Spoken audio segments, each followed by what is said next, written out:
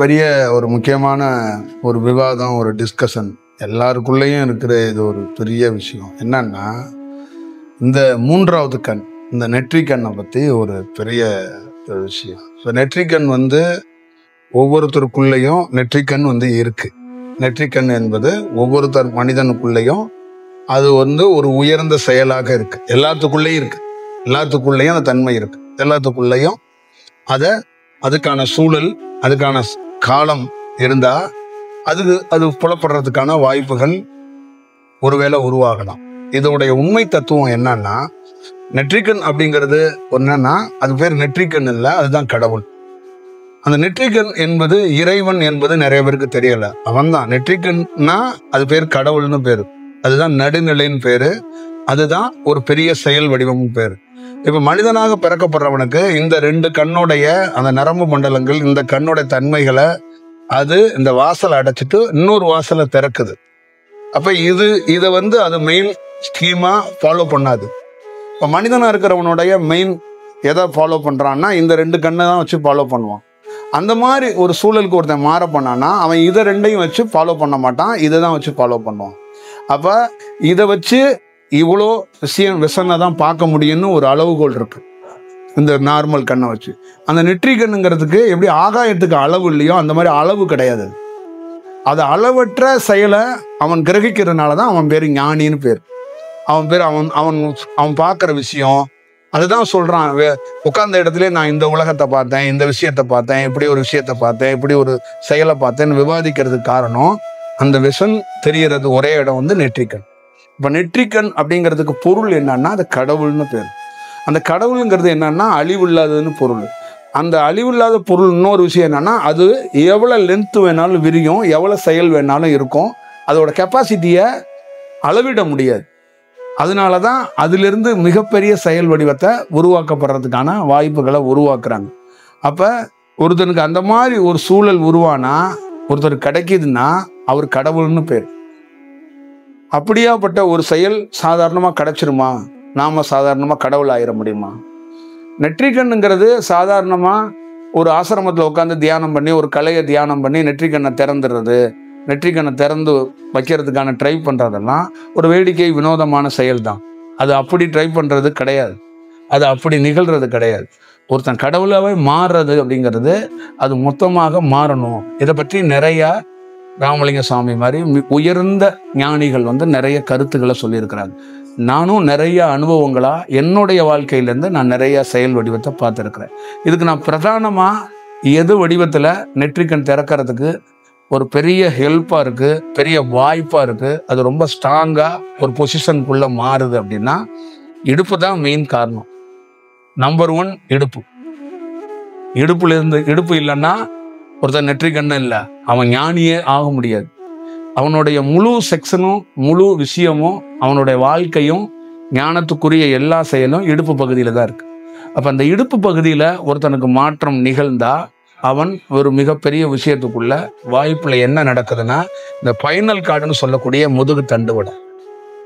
இந்த முதுகு தண்டுவடம் எப்படி இருக்கும் அப்படின்னு கேட்டீங்கன்னா, நார்மலா தியானம் பண்றவங்களுக்கெல்லாம் ஒரு சின்ன சின்ன வடிவத்துக்குள்ள அந்த மேலே ஏறுறது மாதிரியும் வர்ற மாதிரியும் நிறைய விஷன் பார்க்குற மாதிரியும் நிறைய வடிவத்தில் இருக்கும். இதை நம்ம நிறைய விவாதங்கள்ல நிறைய பேசப்பட்டு பார்த்துருப்பீங்க. உங்களுக்கு இந்த மாதிரி சின்ன சின்ன அனுபவங்கள் யாருக்கு வேணாலும் நிகழ்ந்திருக்கலாம். அதுக்குள்ள ஒரு சக்தி மேலே ஒரு சின்னதா ஒரு கல் மாதிரியோ, இல்லை ஒரு சின்னதாக குண்டுமணி சைஸுக்கு ஒன்று ஏதோ உருள்ற மாதிரியோ, இல்லை ஒரு நரம்பு பிறல்ற மாதிரியோ, இல்லை ஒரு சின்ன ஷேக் இருக்கிற மாதிரியோ, இல்லை ஏதோ ஒன்று ஒரு நெளிந்து போகிற மாதிரியோ, இந்த மாதிரியெல்லாம் பல்வேறுபட்ட சூழல்களுக்கு நிறைய பேர் பார்த்துருப்பாங்க. இதை குண்டலினி சக்தியோ இல்லை இதை ஒரு உயர்ந்த செயலையோ இதை நிறைய விவாதிக்கப்பட்டு நிறைய இதை பற்றி பேசியிருக்கிறாங்க. ஆனால் அடிப்படையாக இந்த ஃபைனல் கார்டுன்னு சொல்லக்கூடிய மூளையை இணைக்கிற அந்த மையத்திலேருந்து இடுப்பை இணைக்கிற வரைக்கும் இந்த மையம் முழுசு, இந்த முதுகு தண்டுவடம் தான் இந்த நெற்றிக்கண்ணுக்கான வடிவம். நெற்றிக்கண் அப்படின்னா அது ஒரு கடவுள். நீ கடவுளை பார்க்க போனோம்னா அதுக்கு ஒரு பாதை இருக்கு, அதுக்கு ஒரு ரூட் இருக்கு. அந்த பாதையில மலைத்தொடர்ல, கரடு முரடான மலைத்தொடர்ல நீ ஆரம்பிக்க வேண்டிய ஒரு இடம் கீழே இடுப்பு பகுதியிலேருந்து நீ தொடங்கி நேரா மேலே போய் அந்த மூளை பகுதியில் முடிக்கணும். அப்படி நீ முடிச்சோன்னா அங்கே ஒரு ஒளி, ஒரு ஜோதியை நீ பார்க்கறதுக்கான வாய்ப்பை உருவாக்குவ. அது நடக்க பல ஆண்டுகள் தேவைப்படும், பல செயல்கள் தேவைப்படும். அதற்கு அந்த வடிவத்தில் உனக்கு இந்த நேச்சர் சப்போர்ட் பண்ணணும்.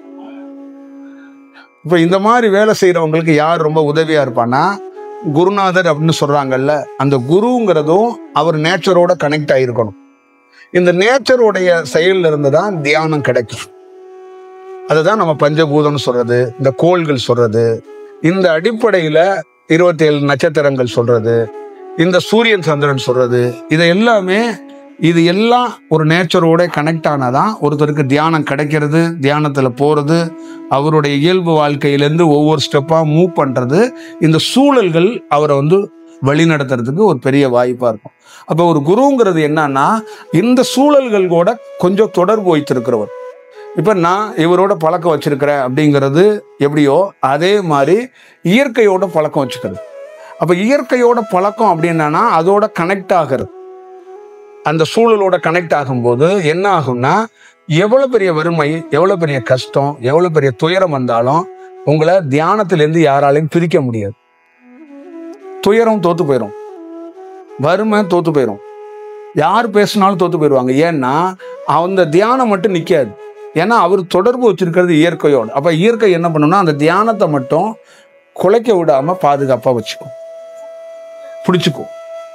அப்போ அதனால எல்லா சூழல்லையும் வறுமையில் இருக்கிறவர், குடும்பத்தில் ப்ராப்ளம், மனைவியை இழந்தவர், மனைவியை விட்டுட்டு வந்தவர், குழந்தையை விட்டுட்டு வந்தவர், பெரிய நோயில் வந்தவர், எல்லாரும் எங்கே பாதுகாக்கப்பட்டாங்கன்னா இந்த நேச்சர் அவங்கள தாங்கி பிடிச்சிக்கிட்டதுனால.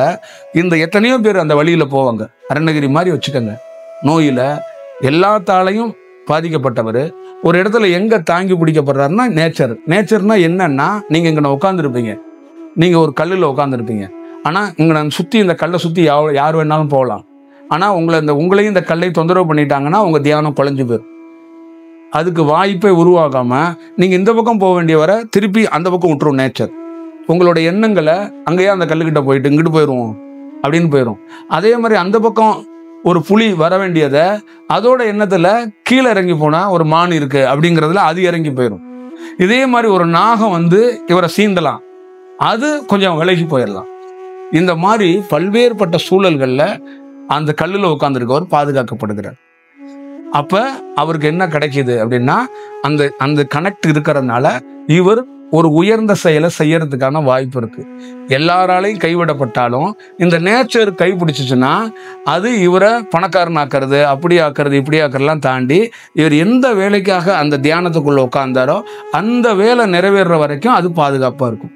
இந்த இயற்கையால் கனெக்ட் ஆக முடியாதவங்க அவங்க ஒரு செய்ய வேண்டிய சக்ஸஸை செஞ்சுக்க முடியலை.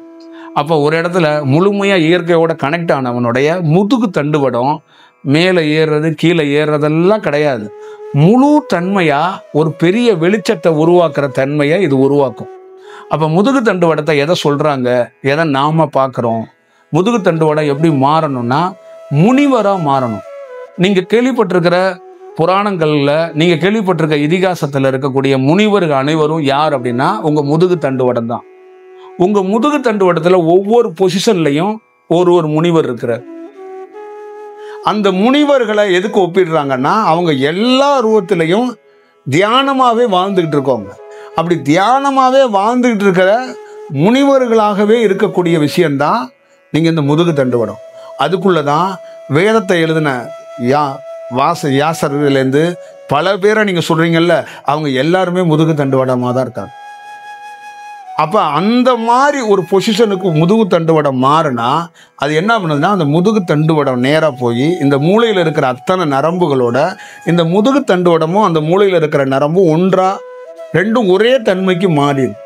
அப்போ ஒரு பேர் வெளிச்சத்தில் அவர் ஒரு காட்சியை பார்க்குறார், ஒரு பிரசனை பார்க்குறார்.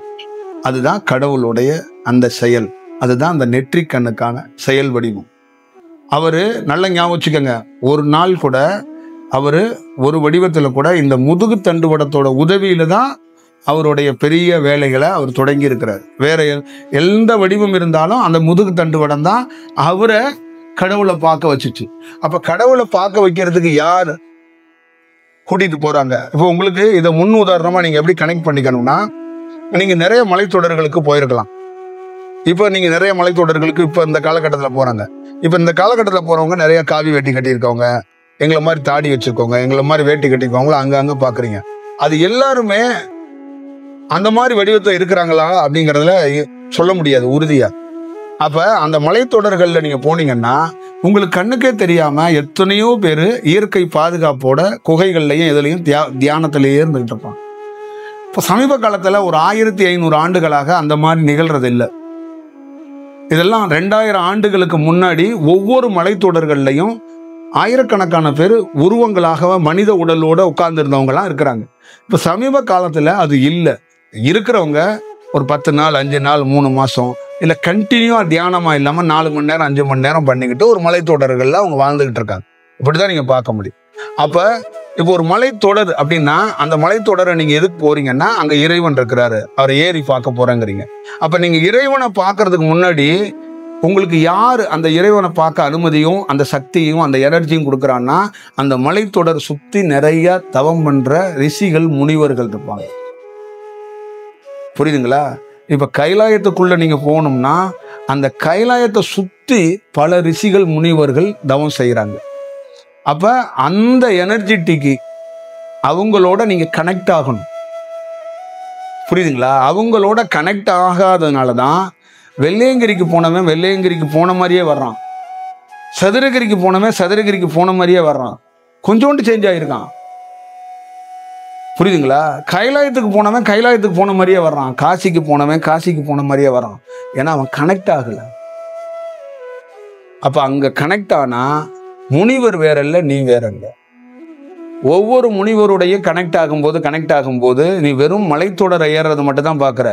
ஆனா ஒரு ஞானி எப்படி தவத்துல பாக்குறான்னா கீழிருந்து இடுப்புல இருந்து இந்த முனிவரை நம்ம கனெக்ட் ஆயிட்டோமா, அடுத்த முனிவர் அவன் கடவுளை பார்க்கல, முதல்ல இந்த இடத்துல இருக்கிற அந்த முனிவர்கிட்ட ஆசி வாங்குறான், அவர்கிட்ட இருந்து சில உபதேசத்தை கத்துக்கிறான், சில தத்துவத்தை கத்துக்கிறான், சில வழிமுறைகளை கத்துக்கிறான். அப்ப அவரு இங்கிருந்து போறதுக்கான பாதைகளை அவர் பாதுகாப்பா வெளி அனுப்பிச்சு வைக்கிறார்.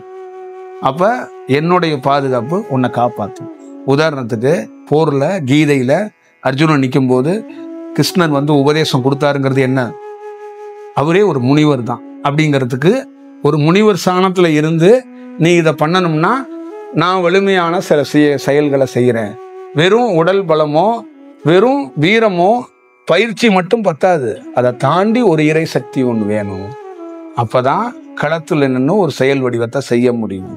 அப்படிங்கிறதுக்காக தான் தியானம் அடிப்படையா. தியானங்கிறது என்னன்னா ஒரு மலைத்தொடர்ல உச்சியில இறைவன் இருக்கிறார், கீழே இருந்து நீ மலையிலேருந்து ஏறி போய் இறைவனை பார்க்க போற. இதுதான் உன் உடல். மலையும் உன் உடலும் ஒண்ணுதான். உச்சியில இறைவன் இருக்கிறார், அதே மாதிரி உன்னுடைய உச்சியிலையும் இறைவன் இருக்கிறார், உன்னுடைய தலையோடைய உச்சியில இறைவன் இருக்கிறார். அப்ப நீ முதுகு தண்டு வடத்திலேருந்து ஏறுனா ஒவ்வொரு முனிவருடையும் கனெக்ட் ஆகணும்னா அவரோட ஒன்றாக கலக்கணும். அப்ப ஒரு நாள் என்ன ஆகும், முதுகு தண்டு வடனா முனிவரா மாறும். அப்ப நீ அங்க மூளைப்பகுதி என்ன ஆகும்னா அதுவும் அந்த முனிவரோட தன்மைக்கு அதுவும் மாறி போகும். அப்ப அங்க என்ன ஆகும்னா உன்னுடைய பல வருடங்களோட என்ன பதிவேற்றம் இருக்குல்ல மூளைக்குள்ள, அது எல்லாம் அழிக்கப்பட்டுரும், அது எல்லா செயலும் அழிக்கப்பட்டுரும். அங்க பியூரா என்னன்னா காளி பாத்திரம் அப்படின்னா உன் மூளை காளி பாத்திரமா இருக்கும். புரியுதுங்களா? உன் மனம் இவ்வளவு தீவிரமா வேலை செய்யறதுக்கு உன் மனம் உன் மூளையில இருக்கிற ஒவ்வொரு பதிவேற்றமும் என்ன பண்ணும், ஒவ்வொரு நாளும் வெளியேறிக்கிட்டே இருக்கும். உன்னை வந்து ஒரு வேலை செஞ்சாலும் அடிஷ்னலாக இன்னொரு 4-5 வேலையை அது உருவாக்கி கொடுக்கறதுக்கான ஒரு வாய்ப்பு இருக்கும். இந்த மாதிரி ஒரு சூழல் இருக்கும். ஒரு கடைக்கு போறீங்க, ஒரே பொருளை வாங்க திட்டமிடுறீங்க, 3 பொருள்னா உன் எண்ணம் வந்து 3 பொருளை வாங்க வைக்கும். அப்போ ஒரு ஞானி கடைக்கு போறான்னா எந்த பொருளுக்காக போறான்னா அந்த பொருளை மட்டும்தான் பெற்றுக்கிட்டு வருவான். அவன் ஒரு 3 பொருள்னா அதுக்கு ஏன் என்ன ஏதுங்கிறதெல்லாம் இல்லாம அவன் வாங்கவே மாட்டான். அது சும்மா கொடுத்தா கூட வாங்க மாட்டான். ஏன்னா அவங்கிட்ட அந்த மனித பதிவு இல்லை, அந்த மனித எண்ணம் பதிவுகள் இல்லை, செயல் வடிவம் இல்லை. ஒரு சாதாரண ஒரு வழி பக்கம்ட்டு இருந்தாங்க ஒரு 500 ரூபா வச்சுக்கன்னா அவன் வாங்கிக்குவான். ஆனா ஒரு ஞானிகிட்ட கொடுத்தீங்கன்னா கிழிச்சு போட்டுருவார். ஏன்னா அவர் எம்டினஸ்ங்கிறதுக்கு இதுதான் அர்த்தம், இதுதான் அதோடைய செயல். சரி, மனிதன்ட்ட ஒருத்தர் சாதாரண கொடுத்தீங்கன்னா அவர் என்ன நினைப்பாருன்னா இறைவனே கொடுத்துருக்கிறாரு அப்படின்னு வாங்கிக்குவார். புரியுதுங்களா? இதுதான். அப்ப இந்த மூளை பதிவுகள் எல்லாம் மாறப்படும் போது மேல இந்த முனிவர்கள் எல்லாரும் ஒண்ணு சேர்ந்தா என்ன ஆவான்? ஜோதியை பார்ப்பான். அந்த ஜோதி தான் நெற்றிக்கண். அப்ப எல்லாம் ஒன்றாகி ஒரே சக்தியா மாறி இறைவனை தரிசிக்கிறாங்க. இவ்வளவு பெரிய ப்ராசஸ் இருக்கு நெற்றிக்கண்ணுக்கு, இவ்வளவு பெரிய செயல் வடிவம் இருக்கு நெற்றிக்கண்ணுக்கு. அப்போ ஒவ்வொருத்தருடைய அந்த முதுகு தண்டுவடம் என்பது எவ்வளவு பெரிய முக்கியமான ரோல் இருக்குங்கிறத நம்ம பார்த்துக்கணும். நம்ம பயன்படுத்தினாலும் பயன்படுத்தலைனாலும் ஒரு முதுகு தண்டுவடங்கிறது மிக மிக சக்தி வாய்ந்தது. நீ அதை எப்படி வேணாலும் யூஸ் பண்ணிக்கிட்டு போ, ஆனா அது சக்தி வாய்ந்தது. ஒன்ன வேற வடிவத்துக்கு மாற்றக்கூடிய ஒரு வல்லமை படைத்தது உன்கிட்ட இருக்கு. என்கிட்ட முதுகு தண்டோட இருக்கிற மாதிரி உன்கிட்டயும் முதுகு தண்டோட இருக்கு. என்னுடைய இடுப்பு பகுதியில என்ன இருக்கோ அதே மாதிரி உன்னுடைய இடுப்பு பகுதியிலே இருக்கு. என்னுடைய தலைப்பகுதியில என்ன இருக்கோ அதே தான் ஒண்ணுகிட்டையும் இருக்கு. இப்ப அதனாலதான் உன்னாலையும் ஒரு செயல் செய்து கொள்ள முடியும் அப்படிங்கிறது இது நிதர்சனமா சொல்லப்படுறது.